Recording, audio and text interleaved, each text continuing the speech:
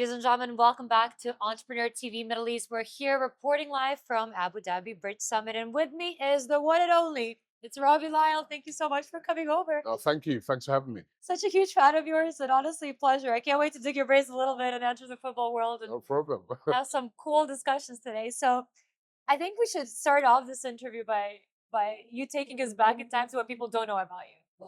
Obviously, like now they know you as this presenter and enormous football fan. How did this start? Yeah, well, Take us back. basically, it was about in 2012. I had an idea to start I want to start a football channel on YouTube. What it was, I'm a massive Arsenal fan, and I got very frustrated that you go to games and you never hear anything from the fans. You'd hear like from ex-pundits, you'd hear from ex-players, but you never heard anything from the fans. And for me, And Twitter the wasn't there at the time. yeah, the real people that go to football, that are passionate about their club is the fans. So I started this platform, started interviewing fans, started really making fans the focus of what we do. And in the time now, it's what's 13 years now I've been doing it. Now it's grown into being the biggest football fan channel in the world. It's been a massive disruptor in the football media space, and yeah, so I think it's changed the industry completely. And my company now is, it's Global Fan Network. I've got AFTV, DR Sports, which is a football channel that does all football. We've got studios in London, and it's grown into like a very big business. Dream job, absolute It dream is a job. dream job. It is a dream job. You get Absolutely to travel around the world. You get to travel around the UK following football. Yes, it's a dream. incredible, Yeah. incredible. Tell me some crazy stories. What were like I've got a lot of crazy stories. I mean, some of them, please? what Because I what do you want to know? How crazy do you want to get? I mean, I'm open to everything. I think the craziest stuff is that how popular you become. Like I remember I was interviewing the Prime Minister of England, right? And Which one? Keir Starmer. So Okay. he's the current Prime Minister, but he's also a massive Arsenal fan. And we did an interview where we were walking around the stadium, and somebody saw both of us walking. He had his bodyguards on the outside, and they sort of came from nowhere, and they said, "Oh my God!" And they took out their phone and gave it to him to take a picture of me. They wanted to do a selfie with me, the Prime Minister. That was crazy, you know. How did you feel after that? I felt I felt a bit strange, you know what I mean? But he was Was he he saw laughing at all? he saw the funny side of it. He said, "I need to run for Prime Minister." He said, you know what I mean? Oh So, my God. but yeah, I mean, like I'm that's sorry, just but the football is the most important thing I think in yeah, and any just guy's mind. So I think it blows my mind every time I go around the world and people know who you are, like and it's funny enough. Even at the summit here, I was just talking to a guy's an ex-minister. He was actually the deputy prime minister of the last government. He's here. He's given a talk on stage, and he was telling me how much his son loves my content no and way. love the channels that we do. You know what I mean? So the way you touch so many people from from so many backgrounds, and that is the beauty of football. Football transcends everything. Right. It transcends religion, race, you know what I mean, gender, you know what I mean? It really is a beautiful thing. Sometimes I think football should be used more to solve a lot of problems, you know what I mean? Right. Because we can all sit in a football ground together. We can have our differences, but the one thing is we follow that club or we follow that country. We've got the Ambition. World Cup coming up. We follow the country together. Yeah, football is can really bring people together. Right. Would you say you're a bigger fan of the World Cup or Champions League? Ooh, we have this debate in the UK a It's a lot. huge debate. Yeah, Yeah. it's called club over country. They call it. I'm listen. I've been to World Cups to watch England. I was at the Euros last year. I was at the World Cup in Qatar, Russia, all these World Cups, and I want to see England win the World Cup.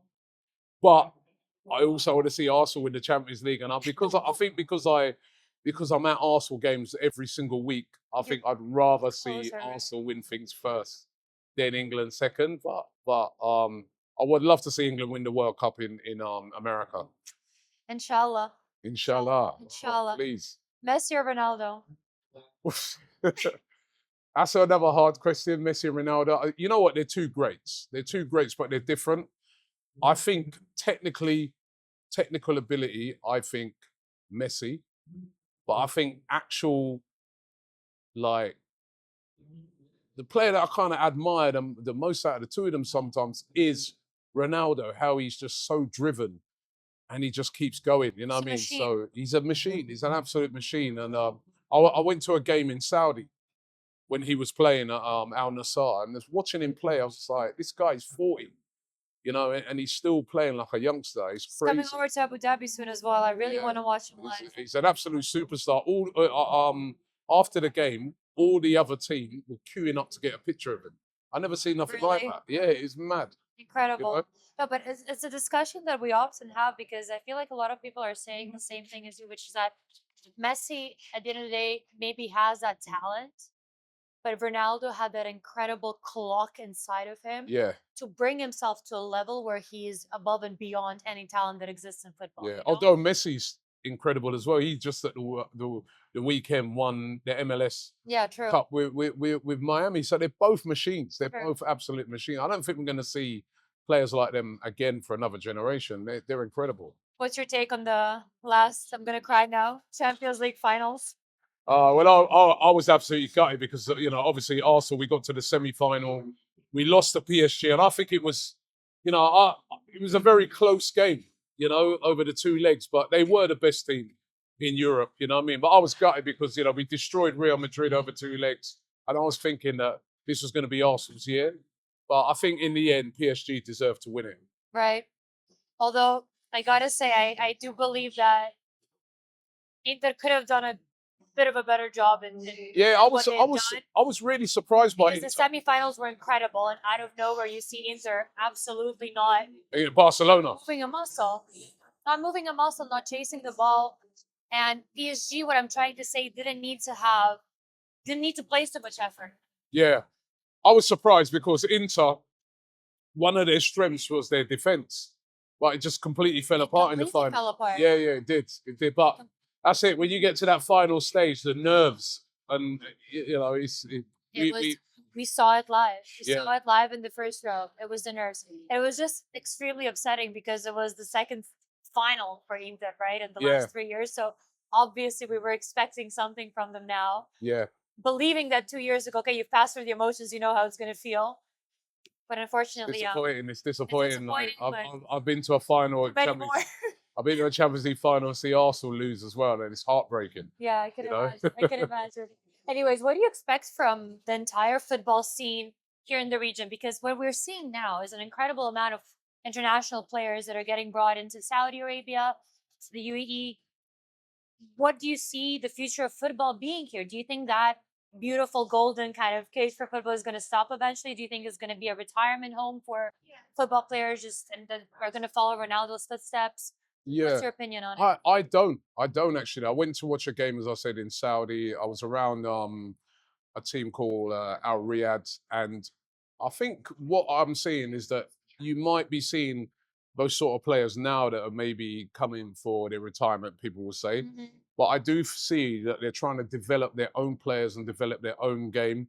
And I think the standard was pretty decent with what I saw. And you know, they're still in the early stages of their development. So I think in 10, 20 years' time, I think the Saudi league's going to be serious. I really do. You know what I mean? Like, when you compare it to a lot of the other leagues around the world, I think it's got a lot of potential. But it's all about bringing through your own players, bringing through young players, young talent, developing your academies. Be attractive And to also, them. yeah, and then also it's about getting, I think the Saudi league, getting it shown around the world. You Mhm. know, if I can, if we can watch the league, you know, as much as possible, then the league gets bigger. That is why the Premier League is the biggest league in the world, because anywhere you go in the world, you can watch it. Yeah. So I think with the Saudi league, it's about, you know, visibility. But certainly when I went to watch it, I was quite impressed. I didn't get the impression that, you know, it was a retirement home. I saw a lot of and I remember even the guys from Al Riyadh, they were showing me that they were developing a women's team and that. So they're in the You're early, working on it. yeah, they're in the early stages. But I think you know, with the level of investment they're going to put in and what they're trying to do, I do think it's going to emerge as a good league. Right. I really And do. you know, I think it's going to be good. right. And what surprised me the most about Saudi is the fans as well.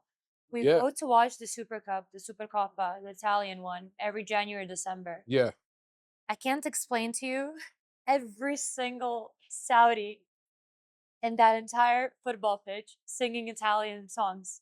yeah, They've memorized every single yeah, choir to every single, song yeah. that the It's the fans usually same. sing in Italy, and Yeah, this it's the is same. 0. Mm, And it was incredible because you see that the culture is there and they want to yeah. pursue football the same way Europe is, right? Yeah, the fact, the thing is that what they need to do though is transfer that into that support for their own league. Local team. Yeah, but it takes time. It takes time. Remember, we're talking Sure. about the Premier League, Serie A, you know, La Liga. These are leagues that have been established over the hundreds best, of years. yeah. You know what I mean?